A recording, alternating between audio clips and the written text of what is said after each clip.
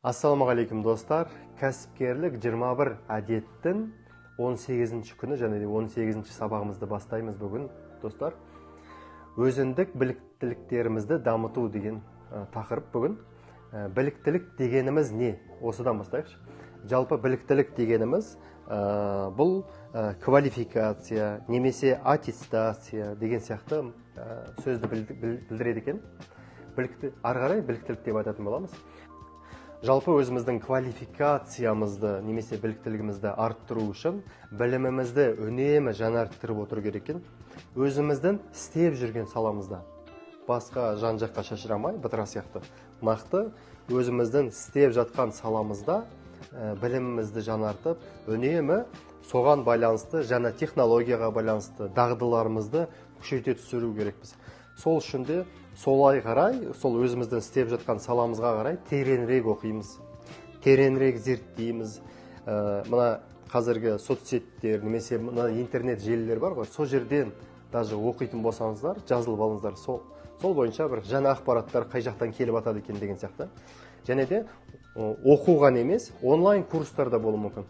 Егер де сіз кәсіпкерлік болатын болса, онда біз сияқты кәсіпкерлердің ортасына келесіз. Тәжірибемен жүріп өткен кәсіпкерлердің арасында болған кезде біз білімімізді үнемі түрде арттырып отырамыз. Қандай, мысалы, юридический, финансовый деген сияқты әртүрлі менеджмент деген салалар бар. Кәсіпкерлерді, адамдарды қалай басқару керек, финансы деген сияқты. Жалпы одан бөлек, мысалы, кітаптар мен блогтарды оқимыз. Кітаптарды, мысалы, мен сіздерге айтар едім, кем дегенде айына бір кітап оқу керексіз. Бізде, мысалы, кәсіпкер жігіттер бар, жұмасына бір кітап оқитын. Мен сіздерді қинамай қояйын. Енді шетелде жалпы стандарт болып келеді.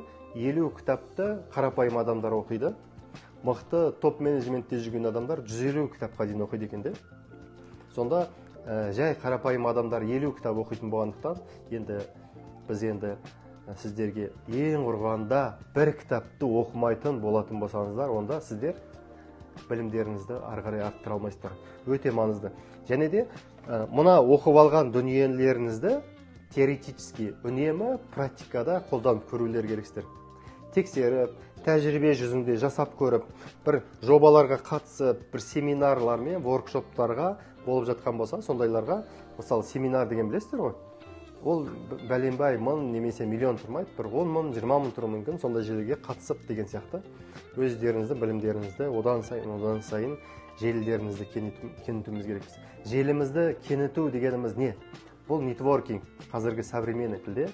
Мысалы, кит кәсіпкерлер қауымдастығы, біз мысалы үшін сол жәнегі сіздер сияқты кәсіпкерлер бір ортада бірге жүрсін, бірге дамысын деп аштық. Осы кәсіпкерлер қауымдастығы бізде 7 қалада бар. Астана қаласы, Алматы қаласы, Қарағанды қаласы, Семей қаласы, Қостанай қаласы, Шымкент қаласы және де Дубайдан ашылды. 7 қалада ашылған кәсіпкерлер қауымдастығының ішінде қазір 350-ден астам кәсіпкерлер бар. Тәжірибелі. Сол кәсіпкерлермен үнемі бірге жүретін болсаңыздар, онда сіздер біліктіліктеріңізді бұлай кітаптан оқып алғандай X1, X2 емес, X10 қыласыздар. Сразу сіздер көріп жүріп нәтижеге тез шығатын боласыздар.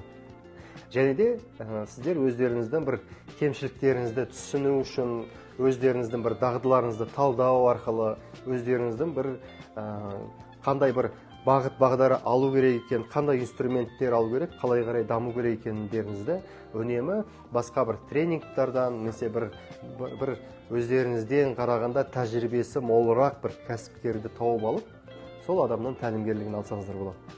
Жалпы сіздерге айтарым, өздеріңіздің бір жылдық жоспарларыңызды жасап алсаңыздар, кем дегенде 12 кітап, немесе 50 кітапқа дейін оқимын деген сияқты. Қандай семинарға барасыз, қандай тренерлерға барасыз, қандай кәсіпкерлермен араласасыз, қандай ортада болғыларыңыз келеді, соны нақты қағаздың бетіне түсіріңіздер. Алла тағала сіздерге берекетін берсін. Бұл сіздердің үй тапсырмаларыңыз.